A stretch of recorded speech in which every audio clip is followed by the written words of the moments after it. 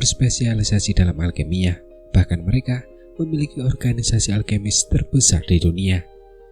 Meskipun klan Yao merasa sedikit bangga ketika berhadapan dengan para alkemis di dataran tengah, harus diakui bahwa mereka memang memiliki kemampuan untuk membuktikan kebanggaan ini.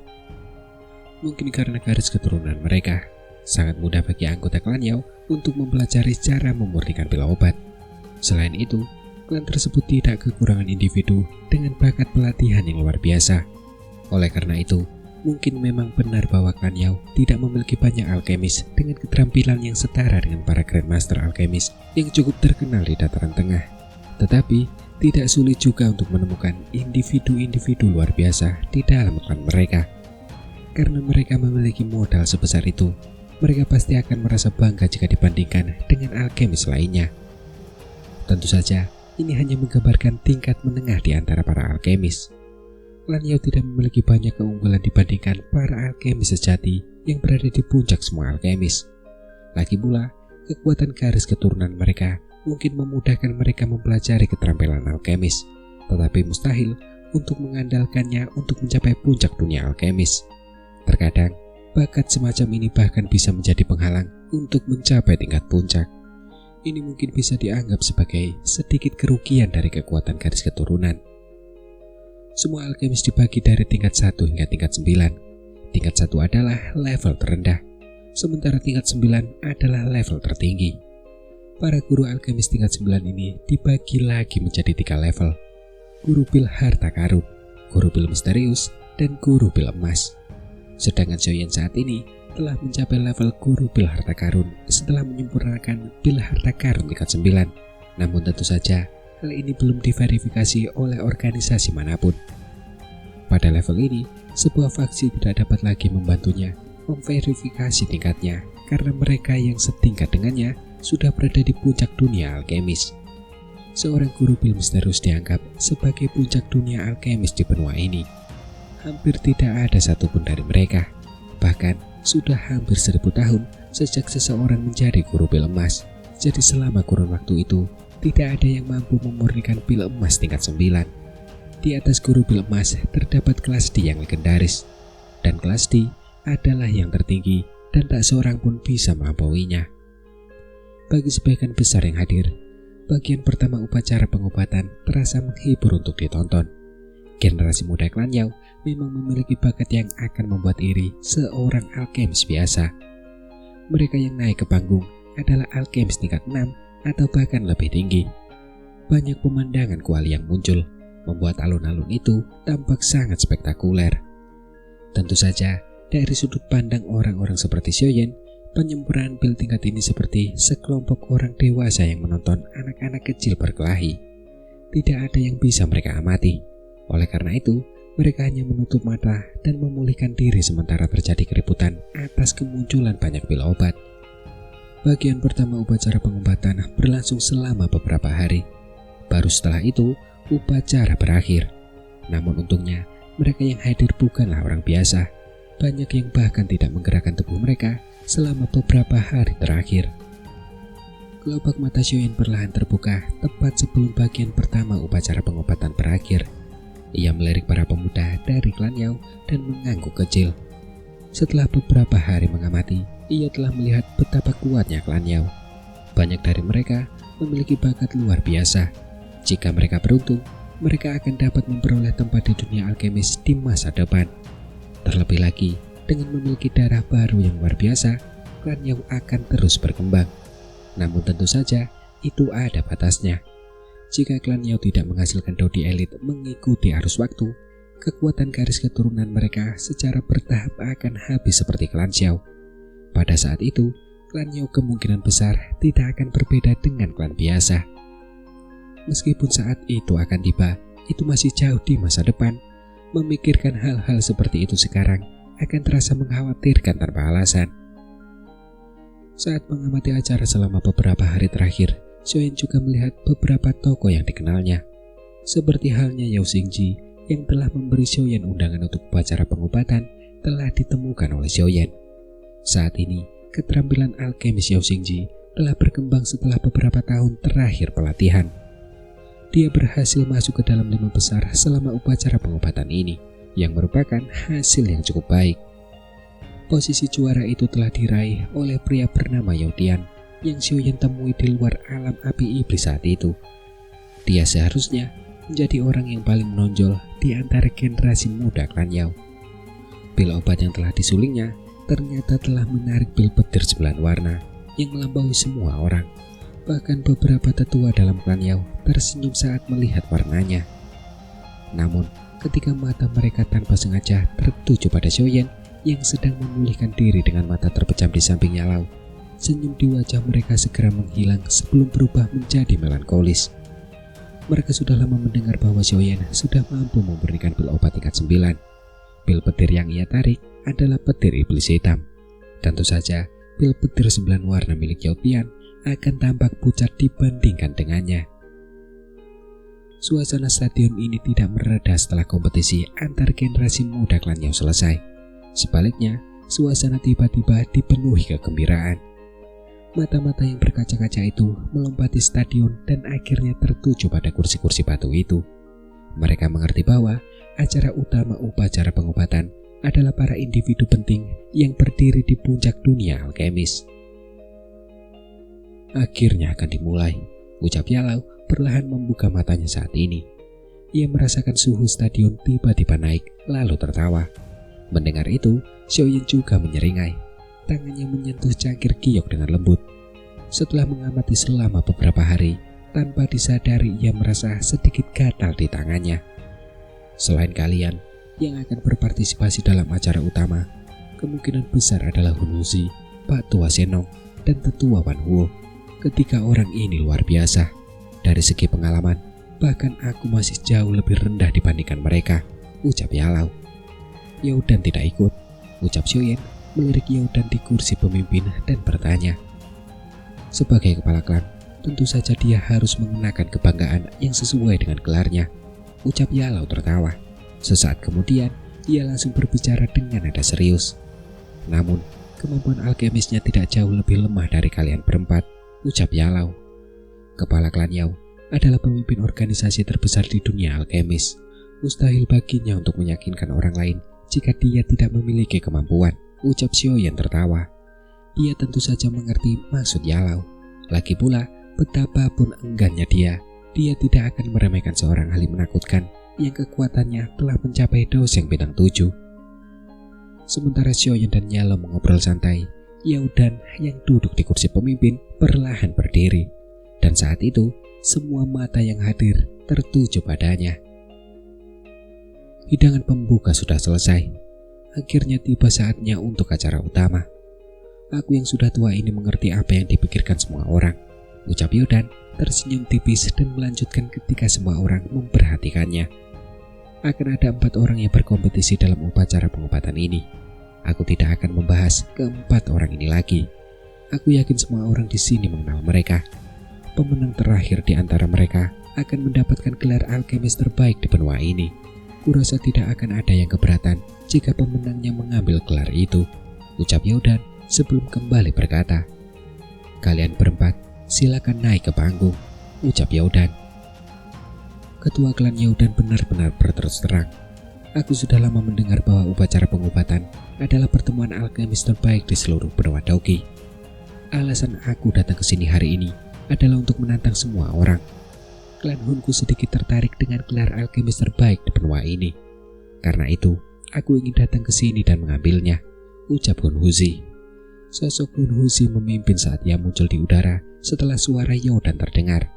Tawanya mungkin memang tenang, namun seolah-olah itu memprovokasi. Klan Yao adalah klan yang mengolah obat. Mungkin lebih baik gelar ini tetap berada di klan Yao, ucap Tetua Wan Huo sembari menembus dingin. Tubuhnya melesat dan muncul di udara. Ia bahkan tidak menyerah saat menghadapi Hun Wuzi. Sorak-sorai terdengar di sekeliling saat Tetua Wan Huo muncul. Ini adalah markas klan Yao. Tentu saja mereka tidak ingin melihat seseorang dari klan Hun merebut gelar yang luar biasa agung ini. Meskipun aku yang tua ini tidak terlalu tertarik pada kesombongan seperti itu, Membiarkan gelar alkemis terbaik di dunia ini jatuh padamu adalah penghinaan besar bagi para alkemis dari generasiku, ucap Pak Tua Senong sembari melangkah ke udara. Tongkat jalan yang terbuat dari rumput obat bergetar di tangannya, menyebabkan botol-botol giok saling bertabrakan dan mengeluarkan suara yang nyaring. Kemudian ia melayang di udara. Nada suaranya tenang, tetapi jelas bahwa ia sangat tidak menyukai Hun Wuzi. Lagi pula, Klan Hun memiliki reputasi yang sangat buruk di kalangan alkemis. Penatua Wan Huo, Hun Wuzi, dan Pak Tua Senong ketiganya jelas merupakan raksasa di dunia alkemis saat ini. Ini akan menjadi pertunjukan yang sangat seru selama pertarungan ini, ucap orang-orang di sekitar. Stadion langsung riuh ketika semua orang menatap ketiga individu di langit. Mata para alkemis yang tak terhitung jumlahnya dipenuhi kegembiraan.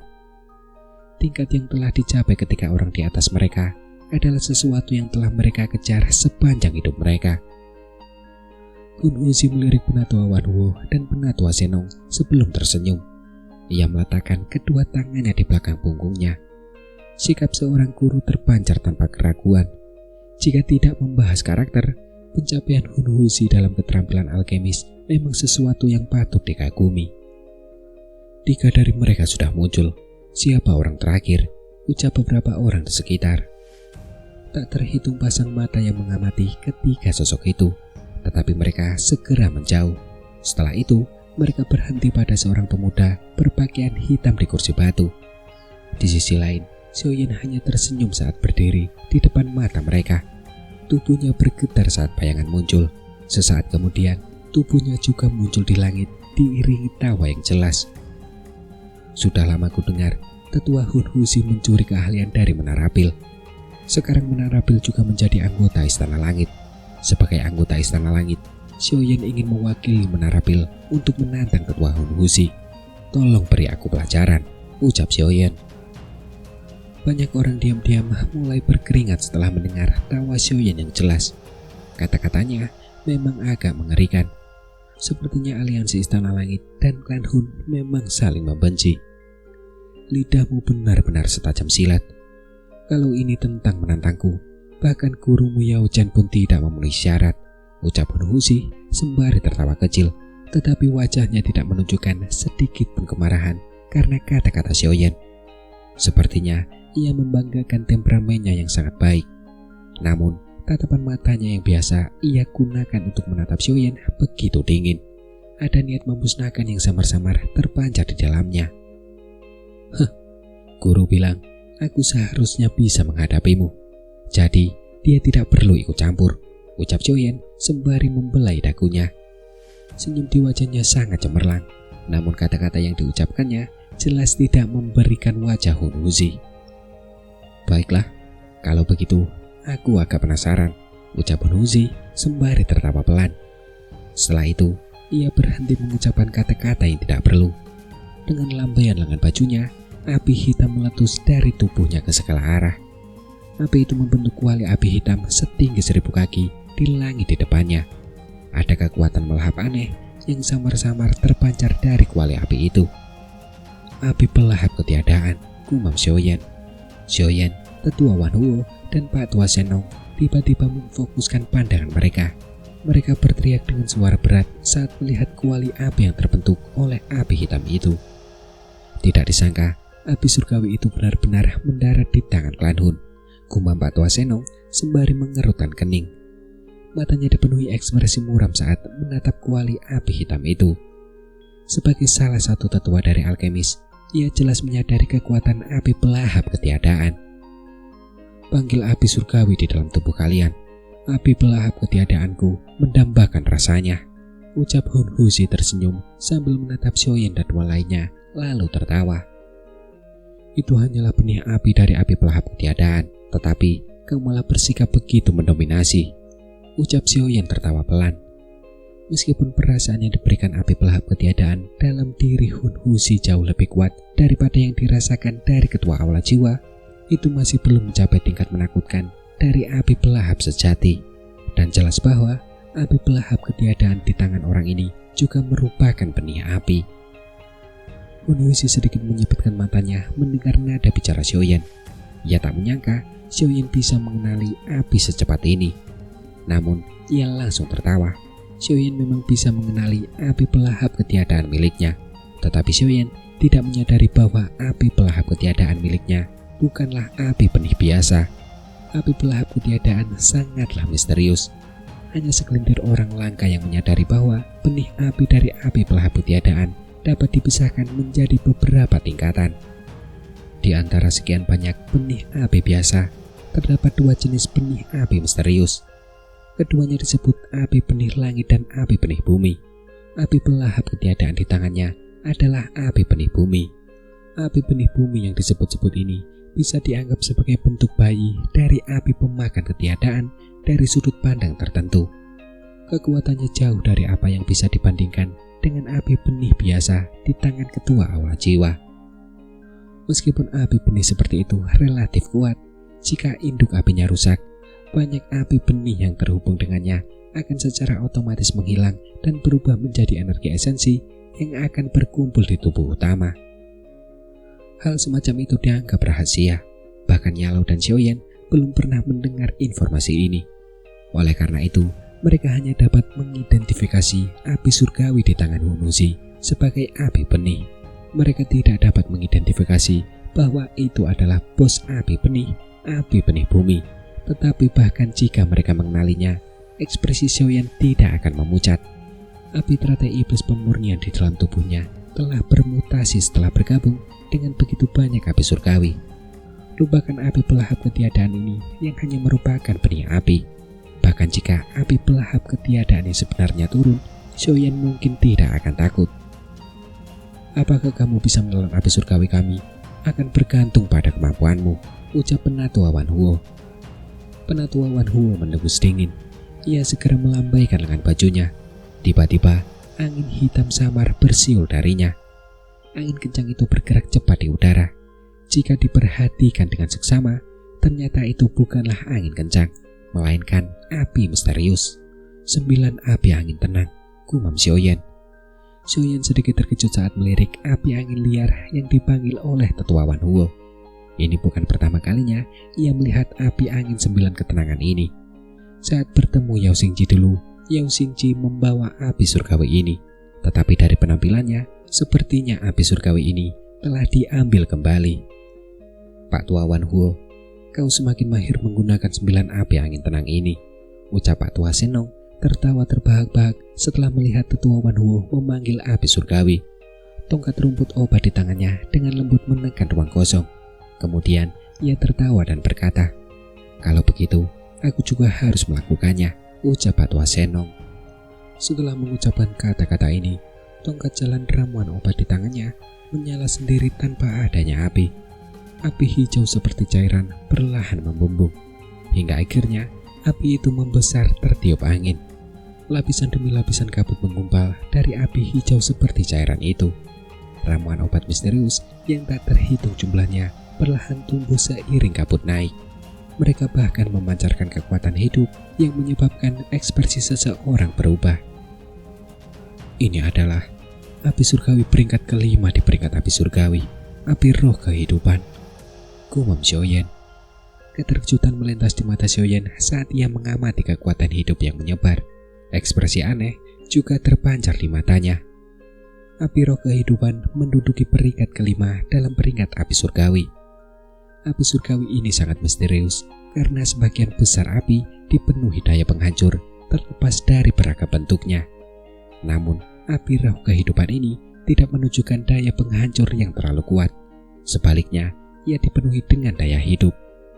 Konon, ketika api surgawi ini digunakan, benih bahan obat apapun di dalamnya akan tumbuh dan berkembang dengan cepat. Dengan kata lain, seseorang tidak perlu khawatir mencari bahan obat dengan api surgawi ini. Selama seseorang memiliki benih yang cukup, ia akan dapat memperoleh bahan obat yang dibutuhkan. Dengan demikian, api ini sangat misterius. Terlebih lagi, api roh kehidupan ini dianggap sebagai api umur panjang. Orang yang mendapatkannya akan memiliki umur yang sebanding dengan binatang ajaib yang terkenal dengan umur panjangnya. Tetapi satu-satunya kekurangannya adalah api ini tidak cocok untuk pertempuran. Karena pada dasarnya, api ini tidak benar-benar meningkatkan kekuatan bertarung seseorang. Xiaoyan juga pernah mendengar tentang api roh kehidupan ini, tetapi ini adalah pertama kalinya ia melihatnya. Kekuatan hidup yang kaya dan menggoda itu membuat seseorang merasa rileks dan penuh energi. Di sisi lain, mata Hun Wuxi menatap tajam api roh kehidupan di tangan Pak Tua Senong. Keserakahan terpancar di matanya. Segala sesuatu di dunia ini memiliki umur yang terbatas. Jika seseorang bisa mendapatkan api kehidupan ini, ia akan dapat memperpanjang umurnya. Daya tarik itu benar-benar begitu kuat, bahkan bagi orang seperti dirinya. Itu sebenarnya adalah api roh kehidupan. Pak Tua Senong, kau cukup beruntung, ucap Penatua Wan Huo. Ekspresi Penatua Wan Huo juga sedikit iri saat dia berkata sambil tersenyum. Ketika api roh kehidupan ini terbentuk, kecerdasannya akan relatif tinggi. Biasanya, ia tidak akan muncul dalam bentuk api. Sebaliknya, ia berubah menjadi berbagai bahan obat. Setelah itu, ia diam-diam berakar di dalam tanah. Terkadang, mustahil untuk mengidentifikasinya bahkan jika seseorang berjalan melewatinya. Hanya mereka yang sangat beruntung yang dapat menemukannya di dalam tanah. Aku hanya beruntung dan tak terduga menemukannya saat mencari bahan obat, ucap Pak Tua Senong mengelus jenggotnya dan tersenyum sambil menjawab. Mendapatkan api surgawi seperti itu sungguh membahagiakan bagi seorang seperti dia yang tidak suka bersaing dengan orang lain. Ku dengar teman muda Xiaoyan telah menaklukkan api teratai iblis pemurnian yang dirumorkan. Aku penasaran apakah ini benar, ucap Pak Tua Senong. Tatapan Pak Tua Senong tiba-tiba tertuju pada Xiaoyan sambil tertawa. Xiaoyan menatap lautan api hijau di atas kepalanya dengan ekspresi aneh di kejauhan. Aku hanya beruntung seperti tetua, ucap Xiaoyan. Xiaoyan hanya tersenyum. Kemudian cahaya api muncul di bahunya. Yi kecil muncul dalam sekejap. Seketika matanya memancarkan ekspresi jijik saat ia melirik 3 gugusan api surgawi lainnya di langit. Karena pada dasarnya satu-satunya yang bisa muncul dalam wujud seperti itu adalah Yi kecil. Ini adalah roh api surgawi, ucap beberapa orang yang melihat Yi kecil. Beberapa orang di langit menunjukkan ekspresi yang sedikit berbeda saat melihat Yi kecil di bahu Xiaoyan. Tatapan mereka menjadi sedikit serius. Mereka bisa merasakan kecerdasan yang tak kalah dengan manusia dari Yi kecil. Sebagai eksistensi yang berada di puncak dunia alkemis, mereka tentu saja mengerti apa arti roh api surgawi bagi seorang alkemis. Konstitusi api surgawi yang legendaris memungkinkan api surgawi di tangan roh mencapai tingkat yang hampir sempurna. Tingkatan itu adalah sesuatu yang bahkan orang-orang seperti mereka yang kekuatan spiritualnya telah mencapai keadaan surgawi sempurna tidak dapat dibandingkan. Meskipun api surgawi di tangan mereka cukup kuat, mereka masih belum mencapai tingkat pembentukan roh api surgawi. Klan Hunku telah mengincar api teratai iblis pemurnian selama bertahun-tahun. Tetapi tiba-tiba api itu mendarat di tanganmu. Tapi itu tidak masalah. Cepat atau lambat, benda-benda ini akan kami ambil kembali, gumam Hun Wuxi. Mata Hun Wuxi berkedip-kedip sementara hawa dingin menjalar di dalamnya. Teman muda Xiaoyan sungguh beruntung. Dahulu, aku pernah mencoba menaklukkan api teratai iblis pemurnian. Namun, aku hampir terbunuh di alam api iblis, ucap Pak Tua Senong sembari mengelus jenggotnya dan kemudian tertawa. Xiaoyan tersenyum mendengar hal itu. Setelah mengalami alam api iblis, ia tentu mengerti betapa sulitnya menaklukkan api teratai iblis pemurnian. Bahkan jika ia tidak memiliki sisa jiwa sen teratai iblis pemurnian, kemungkinan besar ia hanya bisa melarikan diri jauh-jauh. Meskipun Pak Tua Senong adalah seorang alkemis yang hebat, seseorang tidak dapat mengandalkan alkimia ketika mencoba menaklukkan api teratai iblis pemurnian. Jika kalian berempat sudah siap, silakan buka kuali kalian dan sempurnakan pil kalian, ucap Yaodan yang duduk di kursi pemimpin menarik pandangan irinya dari Yi kecil saat dia berbicara dengan suara yang jelas. Di sisi lain, Xiaoyan tertawa kecil setelah mendengar perintah itu. Yi kecil di bahunya melebarkan mulutnya. Sebuah kuali api merah muda seukuran ibu jari terbang keluar. Kuali itu mengambang tertiup angin dan berubah menjadi kuali api setinggi 1000 kaki yang melayang di langit. Banyak naga api berkeliaran di sekitar kuali api. raungan naga yang rendah dan dalam menggema darinya, dan dalam sekejap suhu stadion naik dengan cepat. 3 individu lainnya mundur agak jauh, sementara kuali api Xiaoyan mengambang. Mereka membagi langit luas ini menjadi 4 area.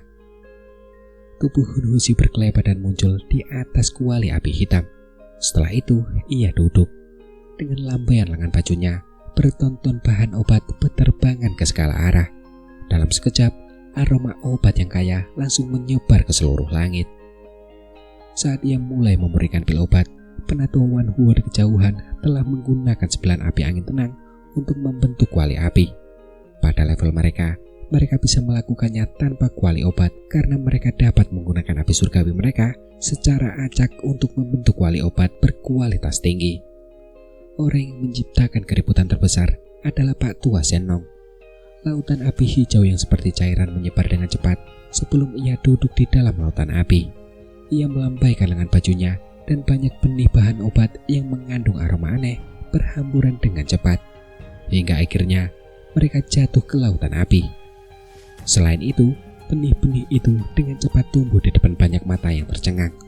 Setelah itu, mereka dengan cepat tumbuh di dalam api yang membara dengan ganas.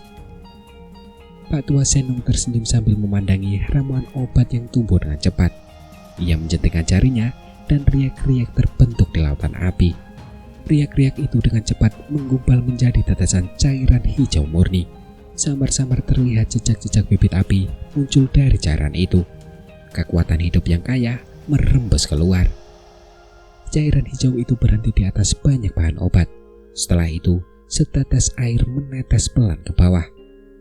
Setelah cairan api ini memasuki bahan obat tersebut tampak telah mengkonsumsi katalis.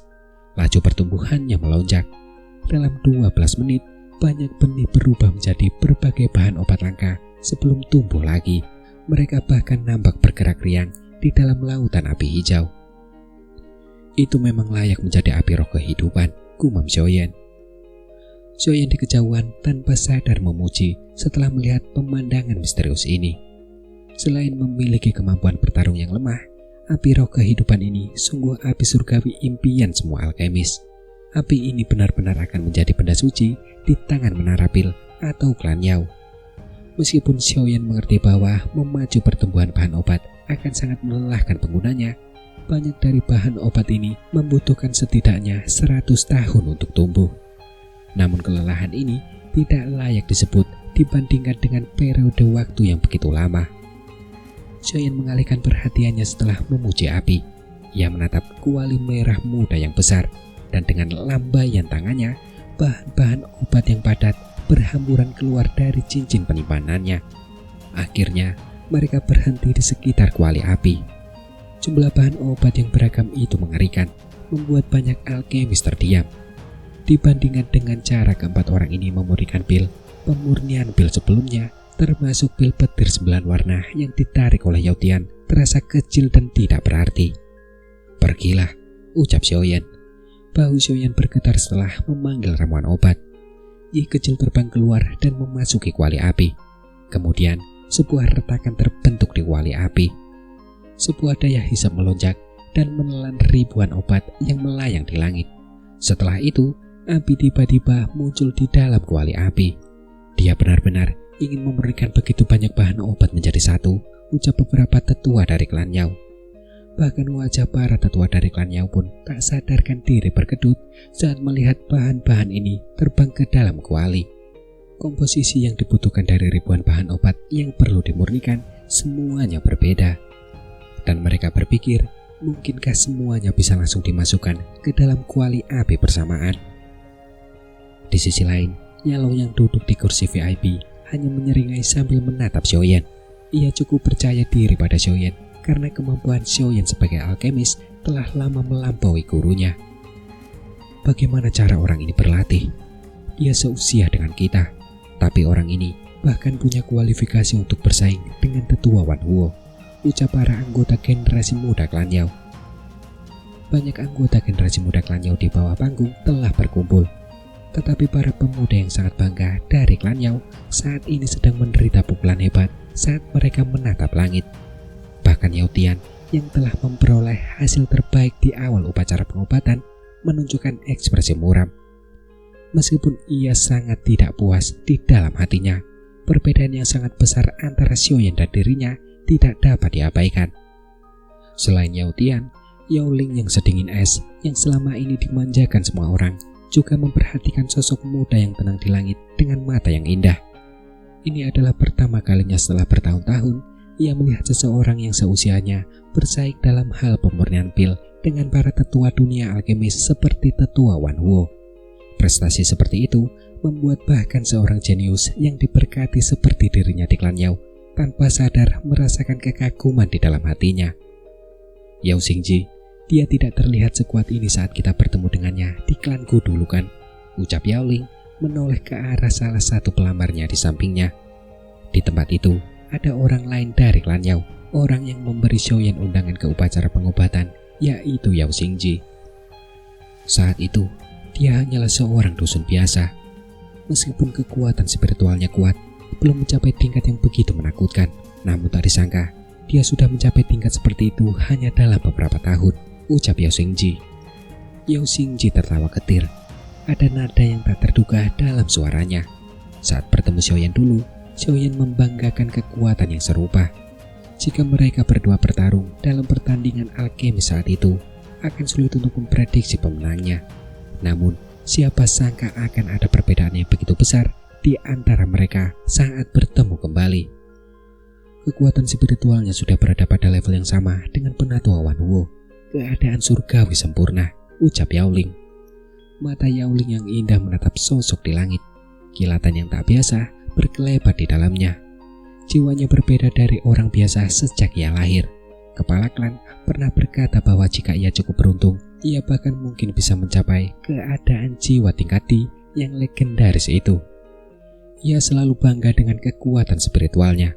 Bahkan kakak laki-lakinya yang sangat berbakat pun lebih lemah darinya dalam hal kekuatan spiritual. Xiaoyan adalah satu-satunya orang di generasi yang sama yang melampauinya dalam hal kekuatan spiritual. Ribuan bahan obat di langit telah ditelan oleh kuali api sebelum Xiaoyan duduk. Karena memiliki roh api surgawi, kendalinya saat memurnikan pil jauh lebih tenang daripada yang lain.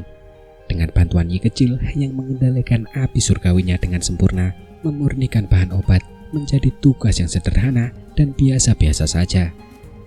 Api merah muda yang ganas melilit kuali api seperti bola api raksasa. Setiap beberapa menit, banyak bola api kecil akan keluar dari kuali api.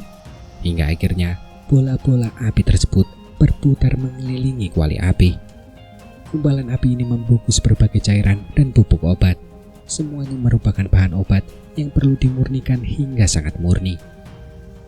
3 orang lainnya di langit juga sedang memurnikan sejumlah besar bahan obat. Sementara jumlah gugusan api yang melayang di sekitar kuali api Xiaoyan semakin bertambah. Namun meskipun mereka tidak memiliki roh api surgawi dan tidak mampu menyamai Xiaoyan dalam hal afinitas pemurnian, mereka tetaplah seorang master. Memurnikan bahan obat adalah tugas dasar. Hal itu jelas bukan masalah bagi mereka. Banyak alkemis di stadion menyaksikan metode pemurnian obat yang sangat halus di langit.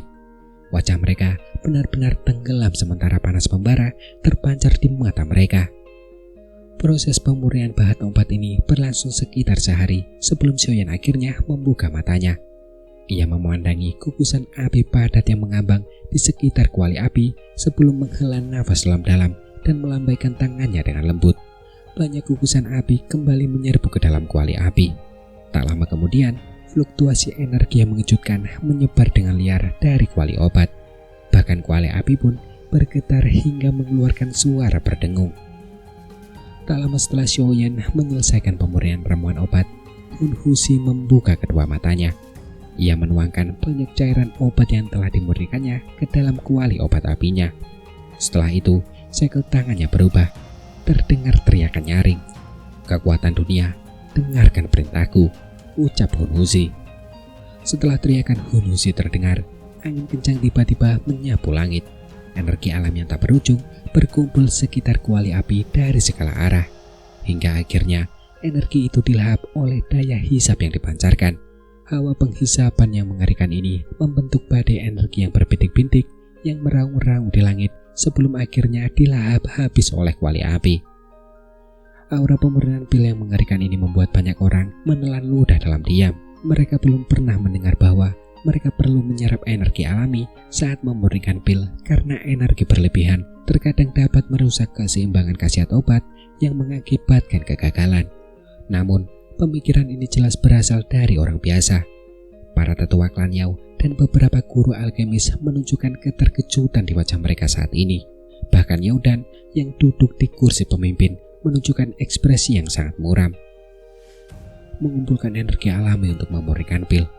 Metode ini, dia sebenarnya berencana untuk memurnikan pil misterius tingkat 9. Aktivitas yang disebabkan oleh Hunhuzi terdeteksi oleh Xiaoyan dan 2 orang lainnya.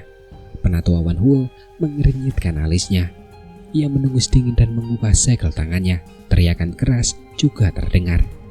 Energi alam, kumpulkan, ucap penatua Wan Huo. Banyak anggota klan Yao gembira mendengar teriakan tetua Wan Huo. Ia juga berencana untuk menyempurnakan pil misterius tingkat 9. Karena kalian berdua telah bertindak begitu agung, aku yang tua ini tentu saja tidak boleh tertinggal, ucap penatua Senong tertawa melihat energi yang berkumpul. Ia melambaikan lengan bajunya dan energi alam di sekitarnya kembali menjadi kacau. Gelombang energi agung terseret ke dalam kuali api di depannya. Karena kalian bertiga sedang dalam suasana hati seperti itu, Xiaoyan hanya bisa bergabung dengan kalian semua, ucap Xiaoyan.